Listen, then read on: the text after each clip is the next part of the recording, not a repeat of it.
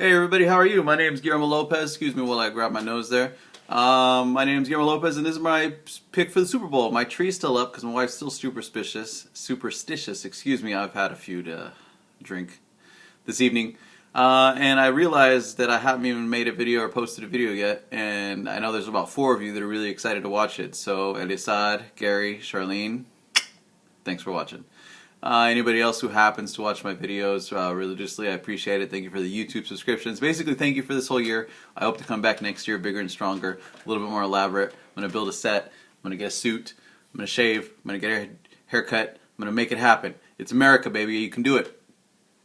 Anyways, if you're any kind of sports fan, you've been watching ESPN or any other kind of channel talk about the Super Bowl so far, and there's a few things that you've learned. A few things you've learned is, number one, Peyton Manning's an awesome quarterback. He's only won 1 Super Bowl, though, so he needs to win another Super Bowl probably to be legitimately considered one of the greatest ever. He's in charge of one of the best offenses the NFL has ever seen.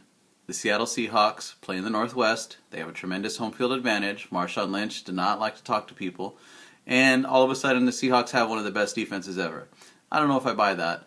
I think they're a great defense, but every year there's great defenses. I think what they do very well is they put their players in positions to make plays. I don't think there's anything elaborate to what they do. From what I've read, they run a basic cover 3, but they do a good job substituting in players, and they have a high skill set, a lot of athletes on that side of the field. So let's break this down in 3 ways real quickly. Special teams wise, I don't know very much about Denver special teams.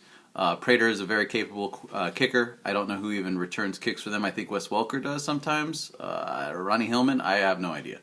But I do know that the X factor for this Super Bowl is something that could be very important. What I've been telling my wife and her family that are Seahawks fans, I'm a big fantasy football nerd, and Percy Harvin is legitimate. He is electric. Like those blue lights behind me. He is out of control. And not a lot of, I think he's been in 1 game, caught maybe like 5 or 6 balls in the regular season. He got in a playoff game a couple weeks ago and got knocked out because of a concussion.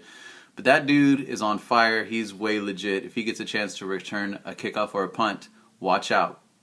Also, when he was with Minnesota, he would end up with basically about 40, 30 yards rushing and about 60, 70 yards receiving. They give it to him on end arounds. They give it to him on little bubble screens where he was actually behind the line of scrimmage that counted as a run. He is a dominant player. If he's healthy and if he has a rhythm, he could be the thing that the Broncos cannot plan for, cannot scheme for, and he can turn the whole game. In the return game and special teams, but also on the field in the receiver position. I like him in the slot. I think that Baldwin and Tate have good chemistry on the outside. Zach Miller is a very capable tight end. And then you have the Seattle Seahawks offensive line blocking for Marshall Faulk. Marshawn Lynch. Marshall Lewis? Somebody? That guy.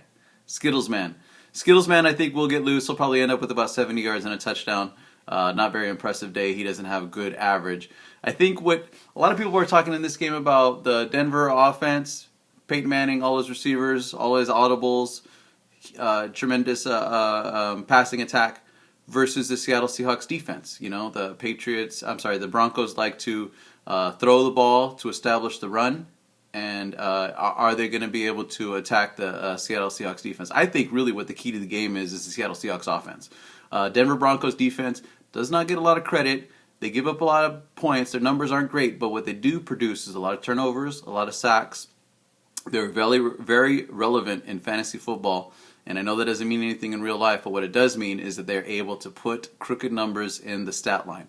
You're talking about fumble recoveries. You're talking about sacks. You're talking about turnovers. You're talking about, holding opponents to a low score. Now, don't get me wrong. The Broncos have been in plenty of shootouts this year. But all year long I've been saying how unimpressed I am with the offensive coordinator for the Seahawks. I really don't think that they call a great game. I think that they stall in the red zone. Once they get to the offensive 20, I don't think that they call the best plays. I don't like how they utilize Marshawn Lynch. Now, I own Marshawn Lynch in a few fantasy leagues. That could be a big part of it. But I think that's the key to the game. If Russell Wilson, who does not turn over the ball much, who is very smart and can run for a first down when he needs to, if he can attack the Denver defense, if the Seahawks are able to systematically move the ball, then they have an excellent chance to win. I think this whole game is going to be very slow. Very chill. I think the commercials are going to come fast and often because I think what's going to happen, I'm sorry, they're not going to come fast and often, pardon me. Honestly, this is going to be a possession game. The Broncos, they like to dink and dunk. They're not going to be able to throw the deep ball. They're not going to be able to do the bubble screens where Demaryius Thomas runs for 40, 50 yards and it gets a touchdown. It's going to be a lot of first down, 3rd and 3, 3rd and 4, first down, 3rd and 2, first down. Seattle Seahawks offense, just the same way. They are going to want to keep the ball out of Peyton Manning's hands. They're going to be very methodical down the field. Run on first down, run on second down. Probably Russell Wilson running for third down, on third down for a first.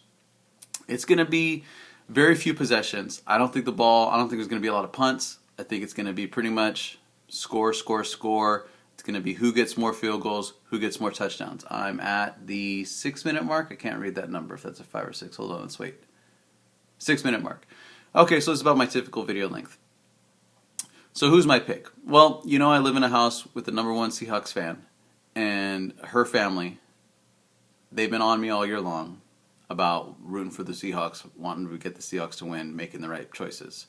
There's only one game, since I started doing these picks in week 4, there's only one Seahawks game that I've gotten wrong all year long, and it was late in the season when the Arizona Cardinals beat the Seahawks, at home. I called the Colts loss.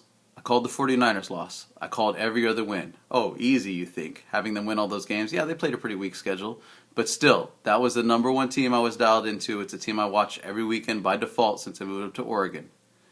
I'm telling you right now, I don't know what it is about this team. There's plenty to not like about them. Their attitude, the way they carry themselves, their head coach, all this stuff. Their fans are way annoying for never have won a Super Bowl, man.